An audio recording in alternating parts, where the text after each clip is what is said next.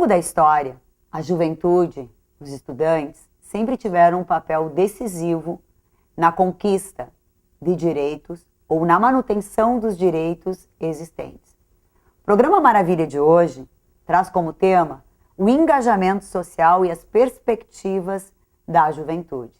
Temos como convidados desse programa o professor Rodrigo Marim, professor de Sociologia e Filosofia, e a Caroline Steffens, estudante secundarista e integrante da União Caxiense de Estudantes Secundaristas, a UCES. Sejam muito bem-vindos. Obrigado. Rodrigo, qual é a tua visão sobre essa participação ao longo da história da juventude, dos estudantes, nas lutas importantes que nós temos travado ao longo da história brasileira? Então, Olga, eu como tenho essa experiência com os jovens, né, já faz algum tempo que eu dou aula no ensino médio, eu vejo que foram muitas lutas importantes que aconteceram, né, ao longo da história. Só para citar a mais famosa, né, o Maio de 68, e isso aparece hoje na nossa temática em sala de aula como rotulado como algo de esquerda, né, eu diria até uma esquerdização, né, da luta social. E eu acho que é interessante frisar, né, nesse primeiro momento, que essas lutas, né, a luta por direitos, ela, além de estar garantida, né, pela nossa Constituição, ela tem uma origem no liberalismo clássico. O liberalismo clássico do John Locke, né, um autor inglês, que justamente vai garantir também a propriedade privada como direito natural, não excluindo a luta pelos direitos, né, como um direito natural. Então nós temos aí os 4 famosos direitos naturais, né, o direito à vida, o direito à liberdade, o direito à propriedade e a lutar por esses direitos. Então eu acho que essa consciência, né, ela é muito importante para nós podermos analisar melhor esse tema, né, e sair desse senso comum, né, que eu chamo diria um senso comum da esquerdização, né, da luta por direitos. Isso é importante a gente frisar, devido também à polarização que nós enfrentamos, né, hoje nas redes sociais, a polarização política que gera o que eu chamo de pacotes, né, pacotes de ignorância sem tamanho como os jovens gostam de falar, né, nas timelines da vida. Então, acho que é importante a gente pautar o assunto e esclarecer um pouco isso, né? Afinal de contas, lutar pelos direitos é também uma bandeira do liberalismo clássico, né? Ou seja, lutar por direitos é um direito de humanidade, do ser humano, independente da opção político-ideológica que ele venha a ter ao longo da sua existência, mais ou menos isso? Exatamente, Rodrigo? exatamente. Essa é a minha compreensão. A luta pelos direitos, ela está acima, né, ao menos dessas ideologias que são postas principalmente nas redes sociais pelos jovens, né, que eu acompanho bastante isso. Como professor, eu me interesso por essas temáticas. Eu acho que a gente passa por um momento em que realmente a gente enxerga as coisas de uma maneira que só existe preto ou branco, e não é assim. Tipo, a gente vive em um meio em que existem muitas coisas que influenciam em nós, e de certa maneira a gente é meio que forçado a olhar as coisas tipo como se tudo fosse direita ou esquerda, tudo fosse preto ou branco. E não é bem assim, porque tipo, os jovens são moldados pelo meio. E no meio que a gente vive, a gente é não imposto, mas a gente é incentivado a pensar dessa maneira. Porque dessa maneira a gente fica mais ignorante. E isso convém a quem não quer que a gente saiba. Olha que interessante, Rodrigo. Vou passar para ti essa deixa da Carol aqui, né? Porque é muito importante isso. Ela colocando que a sociedade, de uma certa forma, não quer permitir que o jovem possa se apropriar do conhecimento e sair dessa visão estereotipada, né? Dessas viseiras, muitas vezes, que são colocadas. Isso é bem recorrente no nosso sistema educacional, né? Eu diria que nós tivemos uma chance, né, dentro da minha compreensão histórica e sociológica, nós tivemos uma chance no Brasil, né, Em 64, na época que o Darcy Ribeiro era então ministro-chefe da Casa Civil, né, de revolucionar o nosso sistema educacional, né? E nós não fizemos isso. A verdade é que são mais de 40 anos, né, depois do golpe de 64, que nenhum governo deu a atenção que a educação merece. E aí está o nosso grande, né, diria assim, o nosso grande furo, né? Porque se as pessoas soubessem dos seus direitos, elas lutariam pelos seus direitos. E os nossos governos sabem que a educação tem um potencial transformador a ponto de movimentar as consciências a agirem, né? A tornar isso ação. E sim, eu concordo contigo nessa perspectiva que é mais fácil tu reservar a educação cidadã para algumas pessoas, como acontece hoje, né, nas universidades principalmente. Nós temos aí os cientistas políticos, né, os especialistas, né, para mostrar isso. E tira isso da população, é lógico que eles não vão saber buscar os seus direitos. É só a gente pensar na situação das escolas infantis, né? Muitas pessoas não têm a noção de que é um direito que elas podem acessar via Ministério Público essa vaga, né? Que por vezes é cobrada, né, das pessoas que não têm o recurso para pagar. E só por essa falta de informação, então eu tenho um percentual enorme de famílias que comprometem o seu orçamento para pagar uma escola infantil privada, né? E você, Carol, nessa tua militância de UCES, né, o que tu tens percebido nesse contato com jovens? Eu acho que a gente pode perceber dois lados, não querendo polarizar de novo, mas tem uma parte que, tipo, tem mais consciência e se esforça um pouco mais para perceber as coisas, e tem uma parte que não tenta enxergar, porque a gente tem a mania de separar as pessoas como aquelas que gostam de falar dos assuntos chatos e as pessoas normais, mas não deveria ser assim, porque, tipo, sei lá, as pessoas que militam, as pessoas que se importam com a situação do país ou da educação ou qualquer coisa assim, elas também se importam com outras coisas. E a gente parece que é uma coisa muito rígida, tipo, nossa, se a pessoa milita, ela deve, sei lá, passar o tempo inteiro dela pensando nisso, e não é bem assim. Porque a gente é jovem que nem todo mundo. E a gente só enxerga as coisas de uma maneira em que a gente vê, talvez se eu fizer isso, pode ser uma influência negativa para os outros. Se eu for corrupta na minha vida, sei lá, eu posso estar só furando uma fila, mas eu não preciso fazer isso. E eu devo não fazer isso por mim, pelos outros e para ter o direito de cobrar de quem eu devo cobrar os meus direitos, por exemplo. Perfeito. Tu estavas colocando uma coisa que me chamou muita atenção. Essa ideia, né? Assuntos chatos, quer dizer, há por parte de alguns uma compreensão de que quando se luta por um direito de cidadania, por um direito da juventude, por um direito a coisas que fazem parte da vida, para alguns isso é considerado chato. Exatamente. Porque a gente, como juventude e como sociedade em geral, a gente tem uma visão muito parada, muito concreta de uma maneira ruim, que política a gente não pode discutir porque é muito chato. Onde é que já se viu ficar discutindo essas coisas lá daqueles caras que só ficam roubando? E não deveria ser assim, porque a política ela tá presente em todas as coisas que a gente faz. Mas a gente tem um certo preconceito com a expressão política.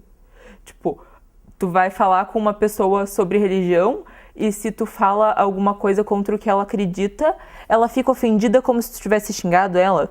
Tu fala alguma coisa sobre política com a pessoa e se tu não concorda com ela, ela se sente ofendida. Então isso tudo afasta as pessoas desse debate. E Rodrigo, como tu sentes isso na sala de aula? Na sala de aula. Então, na sala de aula é o retrato do que ela disse, né? Eu sinto que as pessoas, os alunos, né, eles têm uma dificuldade de separar um embate ideológico, né, de um embate pessoal. Isso é bem difícil. Eu tento trabalhar isso, né, na medida do possível dentro da sala de aula, mas ao mesmo tempo eu acredito que tem muita curiosidade, né, acontecendo. Aí eu tenho uma visão otimista também nessa perspectiva política, porque eu acredito que essa polarização também é uma forma, né, dos jovens se aproximarem dessas temáticas, mesmo que de forma rasa, momentaneamente. Eu acredito que a tendência é que haja uma busca por esclarecimento. Então, sim, há muita confusão, os jovens levam para o lado pessoal, mas eu entendo essa mensagem como, bom, eu quero saber mais sobre isso, quero saber mais sobre cidadania, né? Sobre política, e a política, como tu disse, o Aristóteles já tinha afirmado, ela está em todas as coisas, né? Então, a minha visão em relação a isso é um pouco mais otimista, mas também ciente de todos os problemas que nós enfrentamos, né, com a polarização. Quando tu falas em otimismo, nós temos aqui o depoimento de uma aluna, de uma estudante, né, não uma aluna, de uma estudante da Júlia Serafini, que milita em várias frentes. Então, que eu acho que vem um pouco ao encontro dessa visão do otimismo, dessa participação, na verdade, da juventude. Vamos assistir? Oi, o meu nome é Júlia Serafini, eu tenho 17 anos, eu estudo no Colégio Estadual Henrique Emílio Meyer. Agora eu estou cursando o 3º ano do ensino médio. Eu sempre fui muito simpatizada com a política, sempre gostei muito de saber o que estava acontecendo no nosso país. E eu acho muito importante que nós, jovens, se unimos para conseguir mudar o que está acontecendo agora. E eu, por gostar muito da política, também querer muito mudar o mundo, eu me encontrei muito na militância. Que a militância é quando a gente se junta para lutar por alguma coisa que a gente acredita. E eu encontrei isso dentro dos movimentos que eu milito. Um dos movimentos que eu milito é a Kizomba, que é um movimento nacional que acontece no Brasil inteiro, que nós lutamos pelos retrocessos que acontecem na educação. A gente também luta por algumas pautas, como o feminismo, como os negros e negras e o LGBT. Eu também milito em outro movimento, que é a Marcha Mundial das Mulheres, que é um movimento que luta pelas mulheres. Já que nesses dias atuais a gente está recebendo muitos retrocessos vindo do governo, a gente de alguma forma consegue se unir entre mulheres e tentar mudar isso. Outro meio que eu encontrei também foi dentro do partido do PT, que eu também milito pela juventude petista. O PT, eu consegui me encontrar dentro dele, pois ele luta a favor de todas as minorias, que seriam as mulheres, os negros e negras, os LGBTs. E dentro do PT eu consegui me encontrar, porque lá a gente consegue ver um horizonte onde a gente gostaria de estar, que é um horizonte onde todos estão juntos. E é por isso que eu gosto muito de militar, e é por isso que eu acho que os jovens deveriam estar nos espaços políticos, porque só nós sabemos a nossa realidade. Eu acho muito importante que nós começamos a nos unir e ir atrás dos nossos direitos. Carol, a Júlia trouxe uma possibilidade de várias militâncias e ela mesma integra, né, vários espaços onde ela vai buscar esta cidadania, vamos dizer, através da militância, porque ela acha que as lutas são importantes e são fundamentais. Como é que tu percebe essas várias possibilidades do jovem hoje estar se inserindo, né, na sociedade, em diferentes espaços, em diferentes movimentos, para levar também a sua voz, a sua palavra, o seu desejo, as suas necessidades? Eu acho que, assim como a Júlia milita em vários espaços, tem muitos espaços que são importantes para a juventude realmente poder se organizar. Porque não existe um movimento de eu acredito nisso e eu vou fazer isso sozinho. A gente precisa conviver em um grande grupo que lute por ideias. E isso não se dá só em organizações. Organizações são uma maneira de fazer isso, assim como partidos ou sindicatos ou qualquer outra coisa. Mas são formas da gente se inserir, da gente estar podendo conversar não só nas ruas, o que é extremamente importante, mas não só assim, a gente poder realmente se informar e aprender sobre aquilo que a gente acredita. E é importante que a gente possa se organizar com isso. E a escola, porque o Rodrigo antes trazia, né, esse papel do conhecimento, da educação, talvez da oportunidade que se perdeu em realmente ter uma educação que viabilizasse o conhecimento como uma forma de emancipação, de autonomia. Como é que tu sente esse espaço da escola nesse sentido? Eu sinto a escola de duas maneiras meio conflitantes. Eu acho que, por um lado, a nossa educação ela é muito engessada. A gente, determinadas matérias, a gente vê as coisas de um jeito muito fechado. Mas, ao mesmo tempo, eu acho que a escola tem um potencial muito grande, que a gente pode, tipo, abrir muito os nossos horizontes, a gente pode falar sobre muita coisa, porque é um espaço em que a gente pode estar falando e pode estar realmente pensando. Mas, de certa forma, do jeito que a educação é hoje, a gente limita isso um pouco. E isso é meio perigoso, na minha visão. Rodrigo, temos duas questões. A questão da militância, que necessariamente poderá ser uma militância político-partidária, mas militar não é só militar dentro de um partido político, isso poderá ser uma opção ou não. E aí depois esse papel da escola também, né, para fazer com que a juventude dê conta, né, de que esse é um espaço para ser ocupado por ela. Sobre a primeira questão da militância, né, eu acho que é importante frisar que a militância, né, o partido político é uma decorrência, né, dessa militância. Mas os jovens não precisam ter partido político para reivindicar os seus direitos. Claro que a gente sabe que tem os interesses, né, sempre da velha política por trás em alguns movimentos, mas isso é natural, né? Isso é natural, isso acontece nos movimentos políticos. Então, o jovem não precisa se sentir ligado a um movimento ideológico para buscar os seus direitos. Afinal de contas, né, se esse movimento for autônomo, essa busca vai se dar e vai acontecer, né? E a respeito da segunda questão, sim, o nosso modelo escolar, concordo contigo, é engessado. A escola, ela traz poucos espaços para a reflexão e o pensar crítico, né, a respeito da nossa sociedade e também eu sinto uma dificuldade dos alunos, como é que eu vou dizer, de saírem da bolha, né, como tu disseste antes, porque é confortável, né?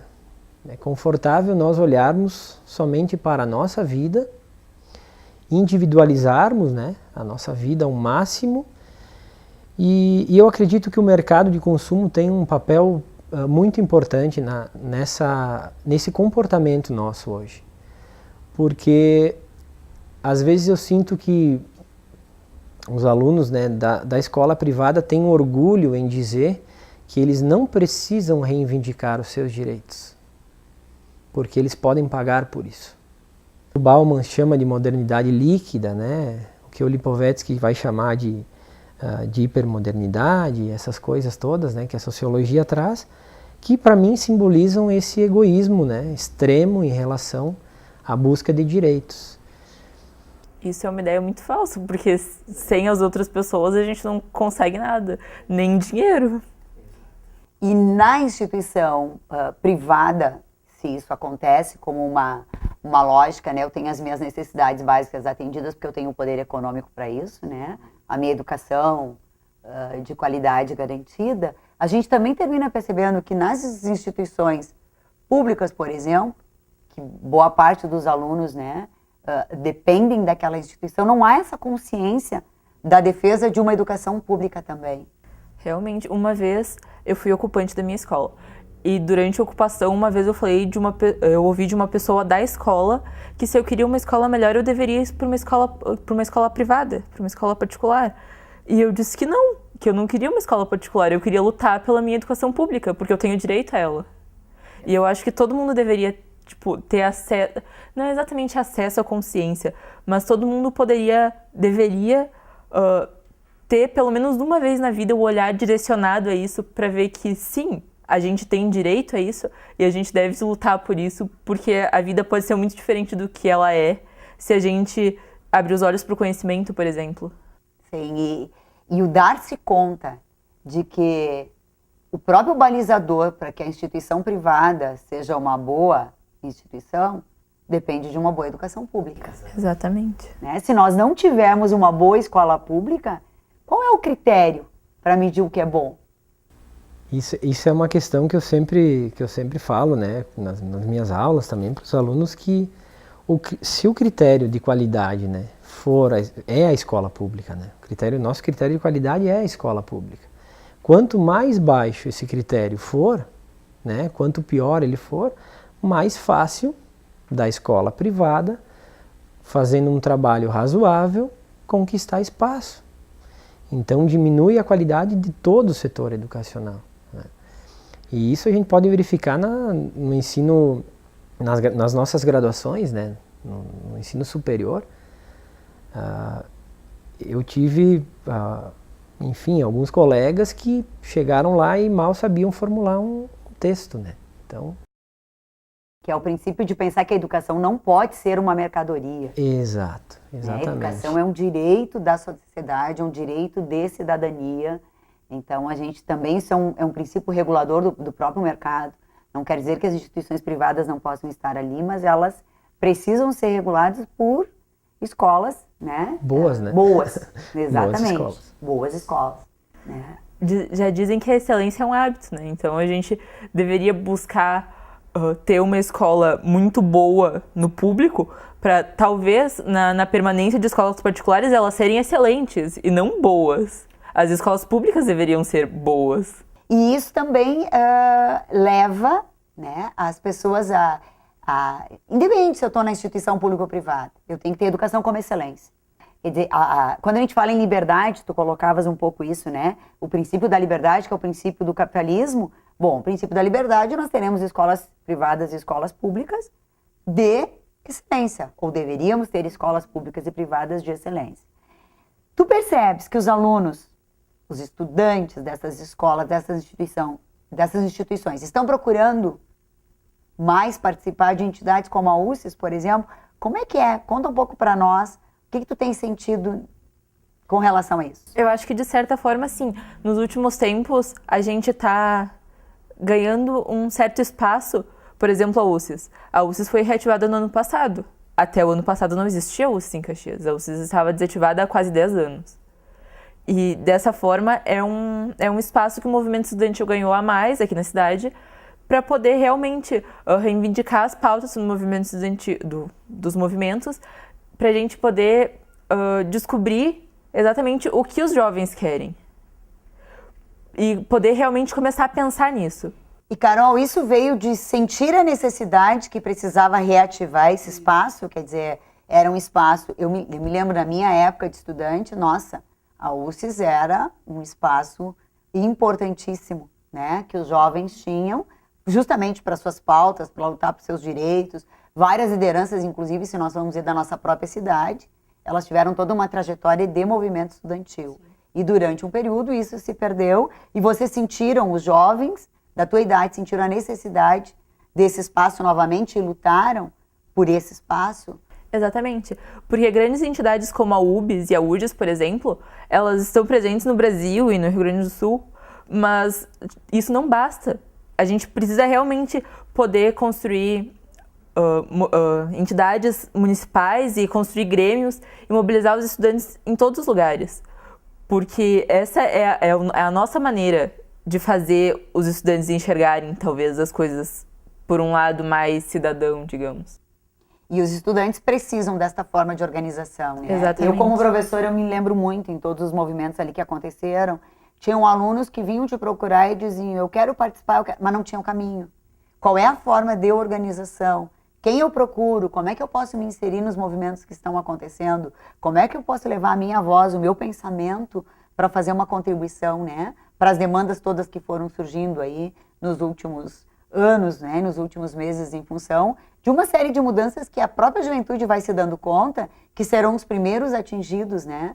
Em alguma precarização e perda de direitos que foram acontecendo.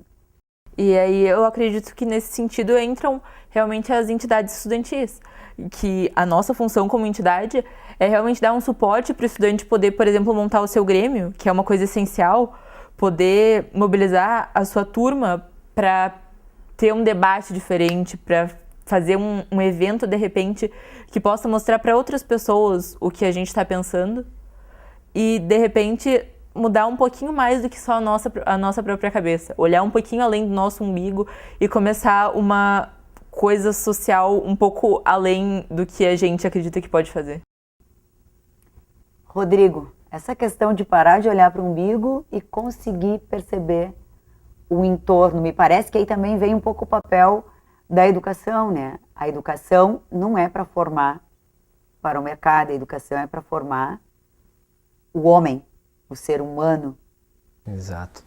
Estava aqui pensando na última frase, né, que ela falou, e no que tu afirmaste também, né, em relação a essa mercantilização, né, dos direitos, que está ligado a isso. Então, parece que o mercado, né, ele vem tomando conta também das relações, né, pessoais, e isso acaba afetando essa falta de mobilização que nós temos hoje, né? Principalmente dos estudantes da escola privada, né? Eu acredito que isso também aconteça na escola pública, mas eu acho que essa questão da mercantilização é importante para entender isso. Porque aí eu não preciso, né, fazer um movimento social, conversar, dialogar com pessoas. E esse modelo de vida é um modelo de vida urbano, né, que nós chamamos na sociologia, né, da solidariedade orgânica, né. Ele é muito difícil de ser conciliado na sociedade, justamente pela divisão, né, exorbitante de profissões também que nós temos hoje, de especificidades. Então, organizar tudo isso não é uma tarefa fácil. E se as pessoas tiverem o pensamento do individualismo, fica mais difícil ainda. Então, quebrar esse individualismo, né, que o neoliberalismo, né, formou e ainda já está sacramentado, digamos, eu acho que é o desafio maior. É o desafio maior da educação. Realmente, é muito difícil tu conseguir dialogar com as pessoas, porque as pessoas têm realidades diferentes. Então, para te poder, por exemplo, para eu poder conversar contigo, eu tenho que entender de onde tu veio, porque as tuas ideias não são só tuas, elas são do meio em que tu vive. Então, eu tenho que ser capaz de me pôr no teu lugar para conseguir falar com todo mundo. E isso é uma coisa muito difícil, porque tu não consegue entrar numa sala de aula, por exemplo, e entender a visão de todo mundo. Então, tu tem que, de alguma forma, se posicionar de um jeito que tu pode dizer, olha, eu tô aqui, eu tô falando isso, mas eu tô aberto ao que tu quer me dizer também. Porque eu sei que a comunicação não sou só eu, e eu não posso fazer nada sozinha. Eu lembrei de um exemplo, né, nessa questão da polarização, que nos debates em sala de aula, né, que eu organizo, a vontade que os alunos têm é de vencer o debate. Sim. Então o debate ele entra numa competição desenfreada para ganhar. E isso, né, na filosofia é conhecido como um sofismo, né, os sofistas que gostavam de ganhar os debates. E a questão da honestidade intelectual, né, ela fica totalmente fora de questão nesses debates. Então eu era muito entusiasta do debate quando eu comecei a dar aula, e eu fui perdendo um pouco esse entusiasmo justamente por parecer que existe uma naturalização de uma competição para qualquer coisa, né? A competitividade a todo custo. Mesmo quando tu tem que se colocar no lugar do outro, tu não deixa de ser competitivo e tu tem que sempre querer ganhar, né? A geração que eu costumo dizer a geração Z que nasceu para subir. Mas subir para onde, né? Não subir para qual lugar? Subir individualmente, pensar numa saúde coletiva ou só no próprio umbigo, como tu disseste antes, né? Excelente. O programa Maravilha vai agradecer muito a presença de vocês, Rodrigo, Carol. Lembrando sempre, o ser humano não se basta a si mesmo. Nós precisamos do outro para viver em sociedade, para concretizarmos o que significa de fato ser humano. Obrigada mais uma vez pela presença de vocês. Obrigada. Obrigado.